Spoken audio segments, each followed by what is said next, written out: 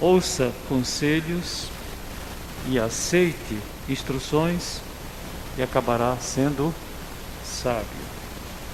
Muitos são os planos no coração do homem, mas o que prevalece é o propósito do Senhor. O que se deseja ver num homem é amor perene, melhor é ser pobre do que mentiroso. O temor do Senhor conduz à vida. Quem o teme poderá descansar em paz, livre de problemas. Provérbios, capítulo 19, nós vemos o versículo 20 até o versículo 23. Ele enfatiza o poder da palavra, a palavra de Deus, né? Ele deixa bem claro que o resultado do poder da palavra nas nossas vidas é o temor do Senhor. O temor do Senhor conduz a vida. Quem o tem ficará satisfeito e mal nenhum lhe acontecerá. É uma vida frutífera? Com certeza, né? Então nós estamos sendo chamados a ter uma vida produtiva. E nesse sexto estudo que nós vamos ver, na verdade, se fôssemos pensar, seria o primeiro, mas ele fica praticamente no meio dos 8 estudos, para que a gente possa entender o que vem antes, o que nós vemos agora e depois. Então o poder da palavra é algo que deve ser um marco na nossa vida. Você fala, mas eu já leio a Bíblia, eu já estudo a Bíblia, eu participei da Bíblia, mas a cada dia nós podemos ter planos melhores, planos mais profundos, planos mais produtivos. Muitos são os planos no coração do homem, mas o que prevalece é o propósito do Senhor. Então o propósito do Senhor é que nós estejamos sendo constantemente transformados pela palavra.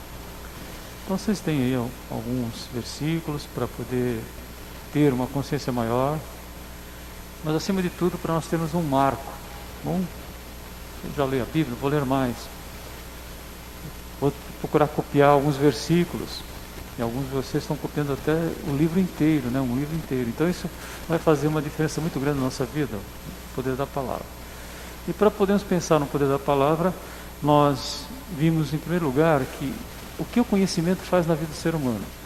O conhecimento transforma o ser humano. Nós temos uma neurocientista brasileira,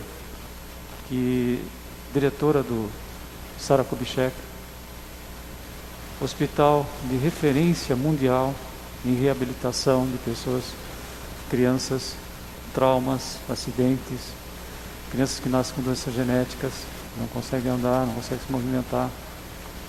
E essa diretora, ela foi convidada por um país árabe, o país queria pagar em petrodólares para ela, né? Então vocês já viram. A esposa de um governador de um país árabe veio aqui no Brasil para levá-la para o Oriente Médio. Mas graças a Deus ela não aceitou, ela tem uma convicção muito grande que a missão dela é no Brasil. É Lúcia W.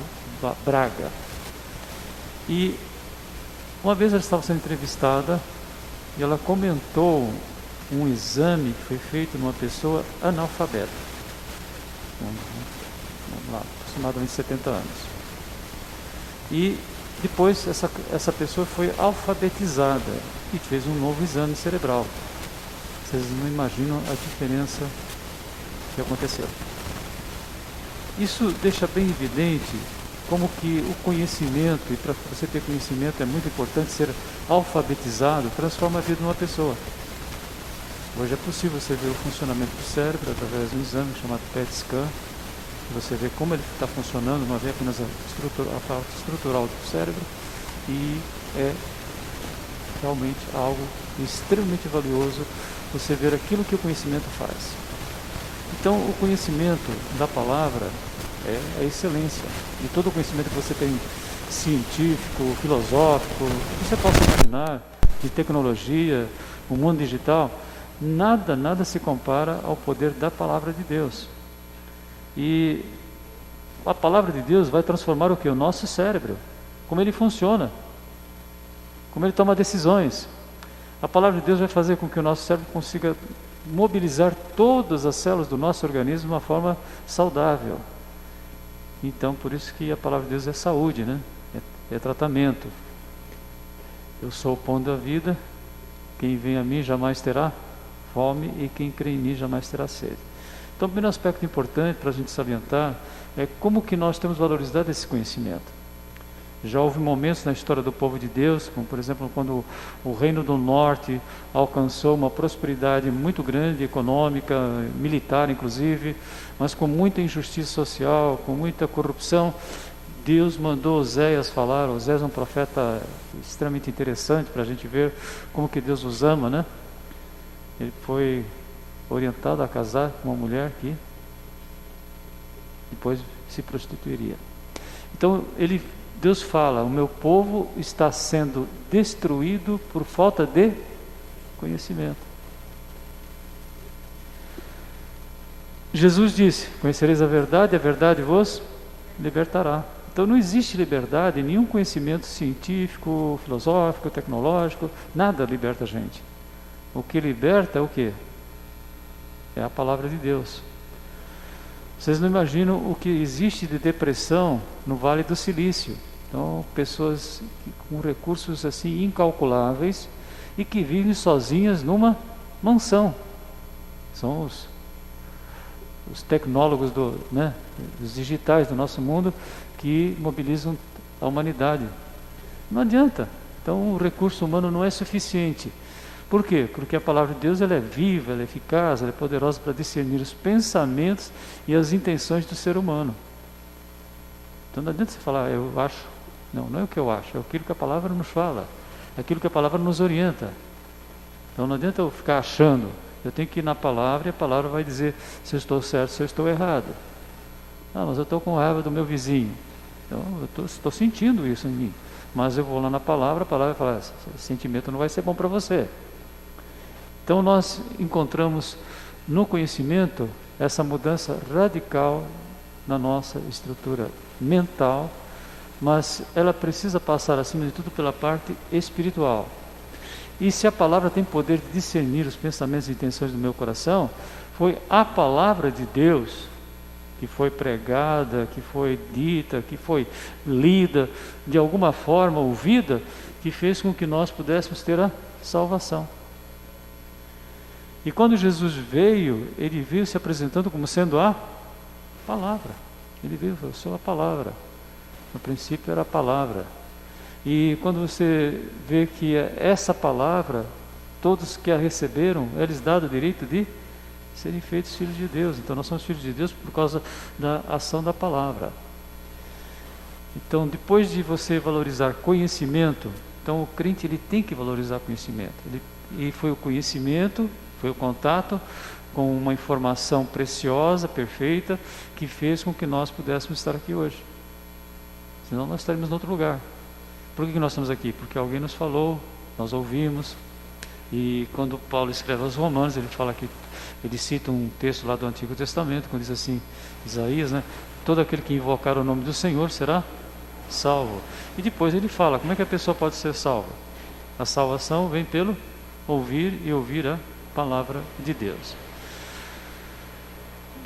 O que é importante pensarmos também é que o ser humano,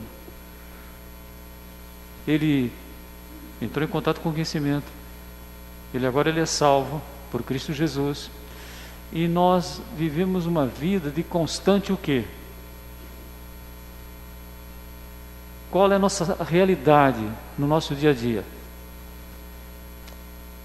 É viver doente ou viver com prevenção? Espiritualmente? Prevenção.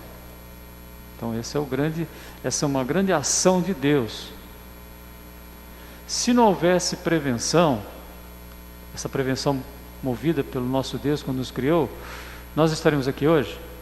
Todo mundo teria morrido. Porque você sai do útero de uma mãe que é quase estéril, quase, não é? Você entra num mundo de bactérias e depois vírus. E você fica forte, você nasce, né? Graças a Deus a maior parte das crianças. Então nós vivemos num mundo de prevenção. E mais do que nunca hoje, né? Então eu posso trabalhar na prevenção? E qual a maior prevenção que a gente pode pensar? Quando Jesus, depois de ter sido cheio do Espírito Santo, ele recebeu o Espírito Santo como nós, de uma forma toda especial, claro, como Deus. Na história da sua passagem pela terra, ele foi até os 30 anos, provavelmente trabalhando como carpinteiro, e tudo indica cuidando da família.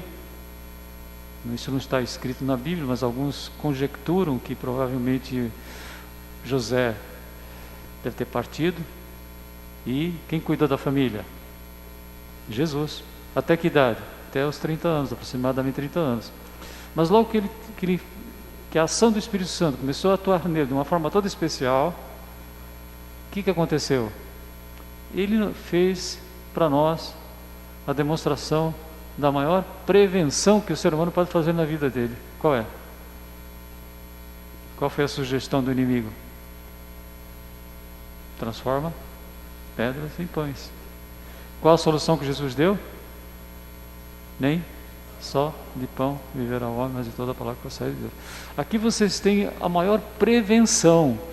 E se é uma prevenção numa sequência, depois que ele vai falar sobre a ganância, sobre a vaidade, mas a primeira coisa que Jesus colocou é que a maior tentação que existe na vida do ser humano, se a gente pudesse pensar assim, seria qual? Não se alimentar corretamente da palavra de Deus, porque daí vem todas as outras consequências, todas as outras tentações que porventura possamos cair. Por quê? Porque não houve a prevenção. E a única forma de você ter uma vida com prevenção é se conscientizar que você precisa dessa palavra a todo instante. Como crentes, a gente percebe que é muito comum as pessoas darem um valor muito grande para a oração. Alguém aqui fica um dia sem orar? Não fica. Quase impossível. Você vê um crente, eu vejo, por exemplo, os presos lá. Hoje eu tirei uma palavra lá, me entregaram uma palavra. Então, é muito difícil você ver alguém que não ora. Mas da palavra, você já ficou algum dia sem ler a Bíblia? Não precisa levantar a mão, não precisa falar. Vocês entenderam porque é uma tentação muito grande? A gente ora na hora de tomar o café da manhã, almoçar, jantar, está na rua, está sentindo um problema, a gente faz uma oração, alguém fica doente e você fala para Deus Pai, às vezes você fala até o Pai Nosso, né? Que é um modelo perfeito de oração que Jesus nos deixou, mas ler a Bíblia de uma forma saudável não é fácil. Por isso que a primeira tentação que Jesus venceu, qual foi? De nós termos uma alimentação correta da palavra de Deus. Nem quando os judeus estavam para entrar na terra prometida, Deus chamou Moisés e falou: Moisés, vem aqui. Sabe o que você vai falar para o povo? Que eles vão passar por dificuldades, que eles vão enfrentar lutas e que eles só poderão vencer essas lutas se eles não se esquecerem da palavra. Então, tomar muito cuidado que nós possamos conciliar corretamente a vida cristã, palavra e oração.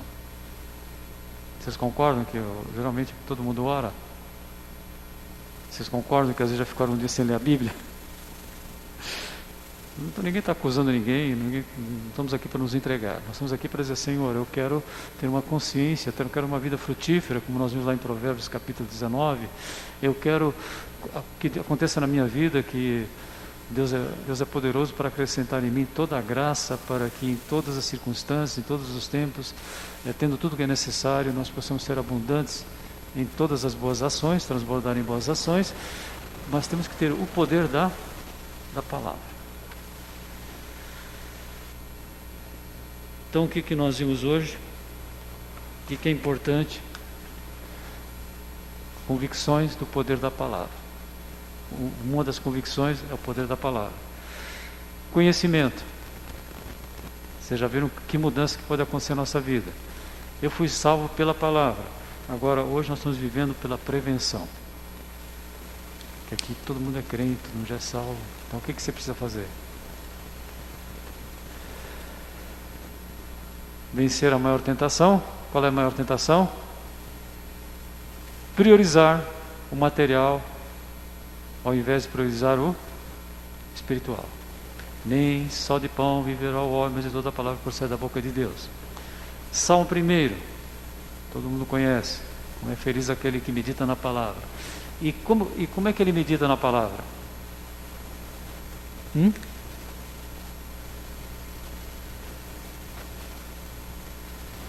Dia e noite. É um desafio, não é? Não é que você vai estar lá no teu serviço, lá, fazendo o teu trabalho, você vai lá abrir a Bíblia. Não é hora de você abrir a Bíblia. Provavelmente. Mas é hora de você lembrar da palavra de Deus. E às vezes até se for necessário pegar e escrever um versículo que você está lembrando na hora, para que ele conforte você. Isso dá para fazer muitas vezes até no local de trabalho. Isso é importantíssimo. Pessoas bem-sucedidas, como por exemplo Josué. Nós encontramos uma falha em Josué na Bíblia, que ele aceitou fazer uma aliança com o povo sem falar com Deus o que devia falar, né? Você lembra disso, né? Mas ele é considerado uma pessoa exemplar para nós, como ser humano. E ele meditava na palavra também, dia e noite, para que ele não se desviasse nem para a direita nem para a esquerda. Então a palavra de Deus. E o Salmo 119, que é uma riqueza de garantias de prevenção. Se não fosse a tua palavra o meu prazer, há muito eu teria. Então como é que eu vou conseguir? Lendo a Bíblia todos os dias. Que mais? Tenho mais entendimento do que todos os meus mestres, porque medito na tua palavra. Muita paz tem os que amam a tua palavra, não há nada que os faça tropeçar. Então é importante nós lembrarmos desses versículos com muita frequência, porque isso vai nos remeter à palavra, vai nos levar para a palavra. Vocês entenderam? Porque eu já sei esse versículo de cor, mas lembre dele todos os dias, porque aí você vai pensar, bom, então deixa eu ler a Bíblia. Hoje eu li só um versículo, eu quero ler um capítulo, né? E qual seria a aplicação de nós estarmos aqui hoje? Como nós comentamos no começo, é um marco na nossa vida. Eu já leio a Bíblia, já li a Bíblia 2 vezes, já li a Bíblia 3. Não, mas vamos, a partir de hoje, eu e você, temos um contato ainda mais profundo com a palavra de Deus. E existe uma pessoa na Bíblia que é interessante. Não sei se vocês já viram alguma coisa que ele fez de errado. Todo mundo faz coisa errada, lógico. Mas Esdras parece que era uma pessoa exemplar mesmo. Ele foi um líder que Deus usou para a reorganização do povo quando estava voltando da Babilônia. Foram 70 anos distanciados de Jerusalém, distanciados da palavra. E aí quando eles voltaram, eles precisavam de se organizar, acima de tudo, na questão o quê? Espiritual. Buscar em primeiro lugar o reino de Deus. Todas as demais questões administrativas, distribuição das terras, dos locais, como governar, justiça social, né, que havia muita injustiça, tudo isso aconteceu e Neemias e Esdras foram pessoas que se destacaram. Mas quando a Bíblia fala de Esdras, é interessante como que ele foi caracterizado na Bíblia. 7:10. Quem vai ler? Esdras 7:10. Que isso aconteça na minha e na sua vida mais intensamente do que já existe, porque eu sei que vocês leem a Bíblia, nós agradecemos a Deus por ter uma igreja que valoriza a palavra mesmo, mas vamos valorizar mais ainda, amém? Então o que diz Esdras? A gente pode até ler junto, né? Quem tiver a nova versão. Pois Esdras tinha decidido, vamos ler juntos? Pois Esdras tinha decidido dedicar-se a estudar a lei do Senhor e a praticá-la e a ensinar os seus decretos e mandamentos aos israelitas. Então o que ele decidiu? Primeiro, estudar, conhecimento. Ele queria ter mais conhecimento. Ele queria que o conhecimento fosse aprofundado, porque não adianta apenas você entrar em contato com o conhecimento. Aprender são etapas, né, Juninho? Primeira etapa, você tem que entrar em contato com o conhecimento e compreender o conhecimento. Segunda etapa, memorizar, reter o conhecimento. Depois praticar. E depois de praticar, você espalhar esse conhecimento, aplicá-lo na vida das pessoas. Foi exatamente o que Jesus fez. Ele decidiu estudar, se aprofundar, memorizar, reter o conhecimento, para depois poder colocá-lo em prática, porque aí a palavra vai mexer no coração da gente, Hebreus 4:12, e depois ensinar. Perfeito, não é? Portanto, ide e fazei discípulos. Quem são os discípulos? Nossos filhos, nossos amigos, pessoas com quem nós temos contato no trabalho. São pessoas que nós queremos que elas se tornem o quê? Discípulos de Jesus. Então o que nós vamos suplicar para Deus? Que nós possamos decidir o quê? Estudar mais. Existem muitas formas de ler a Bíblia, mas cada um tem uma opinião. Mas nós aqui acreditamos que o interessante é ler a Bíblia toda, o ideal numa sequência, e ler o Antigo e o Novo concomitantemente. Por quê? Porque nós só conseguimos entender o que está no Antigo Testamento se nós conhecermos o Novo. Sabiam disso? É o Novo Testamento. Por isso que Jesus disse: ouvistes o que foi dito, eu porém vos digo. Então Jesus deixou bem claro, para que eu possa compreender o Antigo Testamento, eu preciso primeiro ler o Novo. Então você lê o Novo e o Antigo juntos. São 66 livros. Muito limitado.